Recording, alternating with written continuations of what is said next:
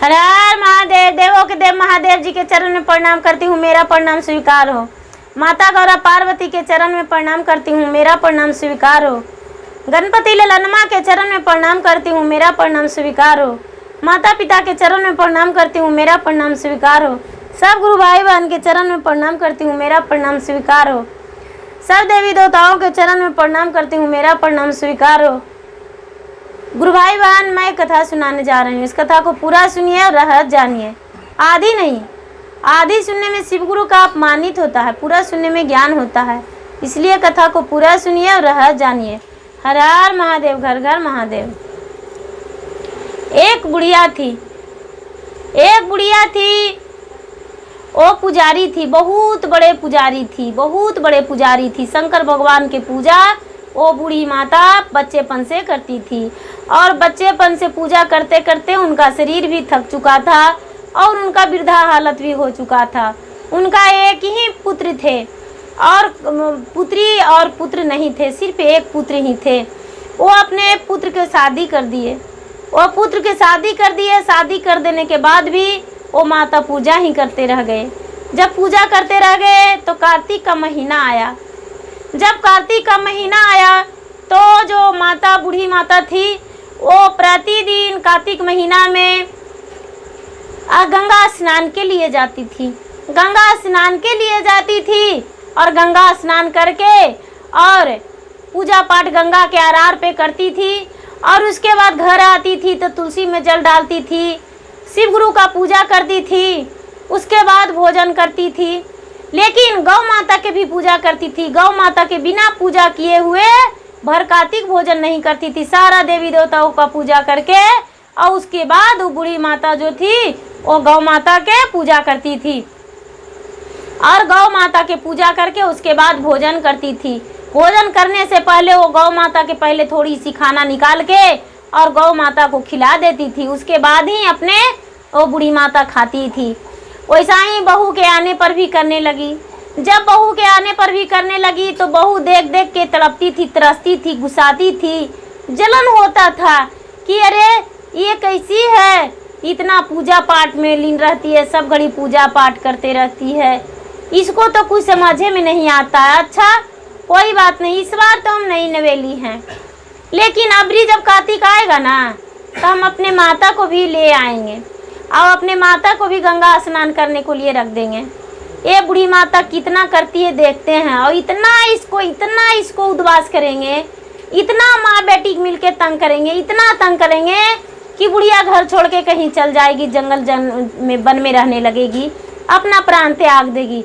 इतना हम कर देंगे कि बेबस हो जाओगी। मन ही मन कोसते रहती थी। कुछ दिन बाद जब वो पूरा महीना हो गया, पूरा कार्तिक महीना बूढ़ी मामा स्नान किया। स्नान करने के बाद वो कार्तिक महीना में भोजन कराए, ब्राह्मणों का जौनार करवाए। बूढ़ी मामा तो सारा दिन पूजा करते रहती थी। लेकिन फिर जब दूसरा कार्तिक आने से पहले वो बोले उसकी बहू कि माता जी हम आपसे कुछ बातें कहना चाहते हैं। बोले बोलो बेटी, क्या है, क्या कहना चाहती हो बेटी, बोलो। माता जी आप तो कार्तिक स्नान करते हैं, मेरी माँ करती थी, आपको तो हम कोई काम नहीं करने देते हैं।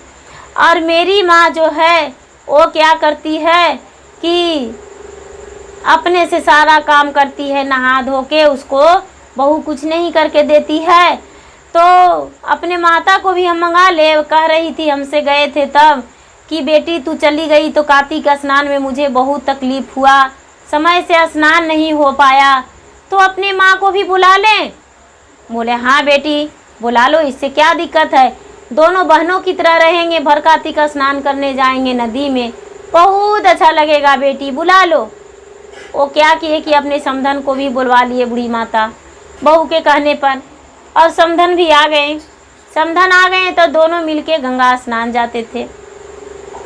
ये जो बूढ़ी माता थी वो क्या करती थी कि पूरा कार्तिक नमक नहीं खाती थी, नमक खाती थी। एक समय बिना नमक के भोजन करती थी और दूसरे समय फल खा के ही रह जाती थी, पूरा कार्तिक नमक नहीं खाती थी। ये जो इनकी माँ थी वो आती थी और जो भी मिलता था वो पहले भरपेट भोजन करती थी। भोजन करती थी।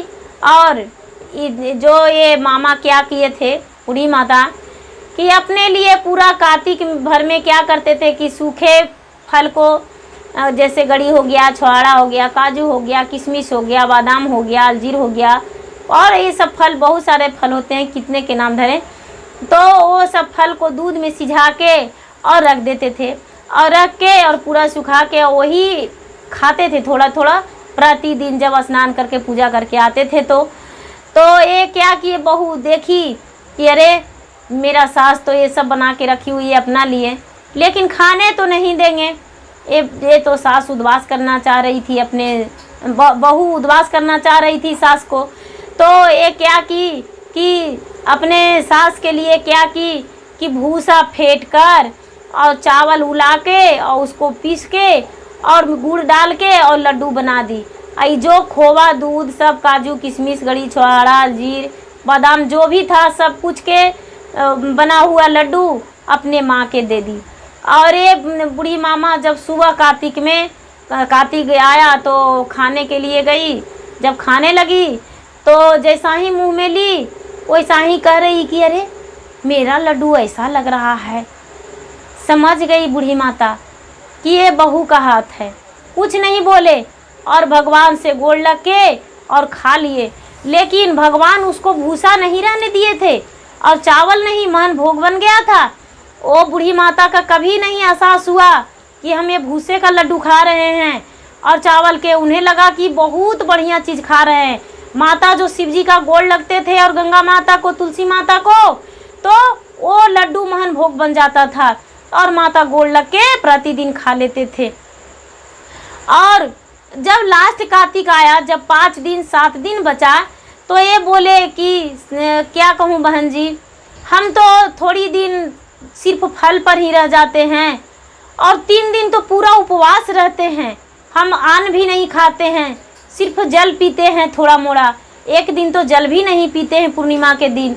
लेकिन आप कैसे रहते हैं? तो ये जो बूढ़ी माँ की इनकी समधन थी, ये बहू की माँ, तो वो बोली कि क्या कहूँ समधन जी, हम भी उसी तरह रहते हैं, आपकी तरह हम भी रहते हैं। और इनके सामने दिखावा करते थे कि हम नमक नहीं खाते हैं, लेकिन अपने बेटी से मांग के सारा चीज़ भोजन कर लेते थे। लहसुन, प्याज और मांस, मजीरा, सारा चीज़ भोजन करते थे। माँ भी, उसकी बहू, उनकी बेटी भी दे देती थी सब कुछ मंगा के अपने माँ के। और जो भी इनके लिए सब लड्डू बना हुआ था, जो सब वो खा जाती थी प्रतिदिन। उसके लिए चुरावे की थी बेटी, तो नहीं कैसे खाती, वो बुढ़िया सब खा जाती थी। और ये एक चीज़ का भी उनके पास नहीं रहा परहेज कि हाँ कार्तिक में स्नान कर रहे हैं तो हम अच्छे से स्नान करें। पूरा गलत गलत भोजन किए। जब 5-7 दिन कार्तिक रहा तो ये बूढ़ी माता ने सिर्फ फल पर रहना शुरू कर दिए। तो ये क्या करे कि एक राक्षिनी की तरह ये फल भी खा लेते थे और जो लड्डू बना हुआ था वो भी खा लेते थे, दूध भी पी लेते थे और भोजन भी कर लेते थे। जैसे लगता था कि एक राक्षिनी भोजन कर रही है, उस तरह ये बहू की माँ भोजन करती थी। इसे संतुष्टि नहीं होता था। गंगा माता इतना इसको कर दिए थे, इतना शिव गुरु कर दिए थे कि बुढ़िया का पेट ही नहीं भरता था। पूरा हरदम इसको पेट खाली रहता था। कितना वो खा लेती थी, तब पर भी बेटी से कहती थी ये 2 खाना, वो 2 खाना, ऐसे करके और एकदम हदियेनी घुसल रहता था। वैसा ही करते करते पूरा जब बीत गया, पूर्णिमा आ गया। जब पूर्णिमा आ गया तो ये बूढ़ी माता क्या किए कि गंगा स्नान गए। गंगा स्नान गए, बोले कि चलिए गंगा स्नान, आज तो बहुत बड़ा नदी जाते हैं हम लोग। रोज़ तो ये नदी में नहा लेते थे, लेकिन आज तो हम पटना जाएंगे, छतर जाएंगे, छतर स्नान करने को लिए जाएंगे। तो बोले ठीक है चलिए। तो वो भी छतर स्नान करने के लिए चल गए। और जहाँ भी जिनका जो साधन पड़ता है, मेरे घर तो नज़दीक छतर पड़ता है, पटना छतर, तो वो छतर मान लीजिए कि स्नान करने को लिए चल गए, गंगा सागर चल गए। तो स्नान करने चल गए और स्नान करके और देवता देवी के पूजा किए, जैसे जैसे ये किए उसी तरह वो किए। और जब पूजा करके लौटने लगे तो जैसा ही अपना गांव के सिवाना में आए, वैसा ही इनकी जो समधन थी बहू की माँ, उनका आधा शरीर सूअर का हो गया, आधा शरीर सूअर का हो गया। आगे वाला जो था वो शरीर पूरा 2 पैर और मुंह उनका सूअर का हो गया, और पीछे वाला लग रहा था कि जैसे मनुष्य का है, उस तरह हो गया। और सूअर बन के और पूरा भागने लगी और पूरा दौड़ने लगी। ये जो बेचारी थी बूढ़ी माता, वो तो देख के चकित हो गई कि अरे ये क्या हो गया, ये तो मेरा समधन का ही नतीजा। उधर से आए तो बिल्कुल अच्छी थी, और जब गांव का सिवाना में आए तो ये तो आधा शरीर इसका सूअर का हो गया। भगवान, हमने क्या गलती किए थे, हे गंगा माता, हम क्या गलती किए थे। और दूसरे आदमी से कहने लगे कि अरे भाई, थोड़ा सा तू मेरा मदद कर दो, मेरे बेटे और बहू के जाके बोल दो कि उनकी सास जो थी वो आधा शरीर उनका सूअर का हो गया है। वो बोले ऐसा, तो हाँ, वो सारे गांव के लोग पकड़े, किसी तरह से जाल फेंक के, रस्सी फेंक के, और किसी तरह के से पकड़े। जब पकड़े तो सारे वहाँ ब्राह्मण लोग आए कि इनका शरीर कैसे सूअर का हो गया, और पूरा गंदे गंदे चीज़ खाते घूमते फिरती रही, जितना देर नहीं पकड़ाई उतना देर, और पूरा जो पकड़ता था उसी को काटने दौड़ रही थी। जो किसी तरह से जाल लगा के पकड़ लिए, रस्सी से बांध दिए खूंटे में। और जब ब्राह्मण लोग आए तो कोई भी पोथी पत्रा देख रहे हैं तो किसी वेद रामायण में भी इनका मनुष्य बनने का नहीं लिखा हुआ है। कोई भी नहीं समझ पा रहे हैं कि ऐसे कैसे हुआ। तो एक मूर्ख ब्राह्मण थे, वो आ रहे थे, मूर्ख ब्राह्मण आ रहे थे, और एक सियार आपस में बात कर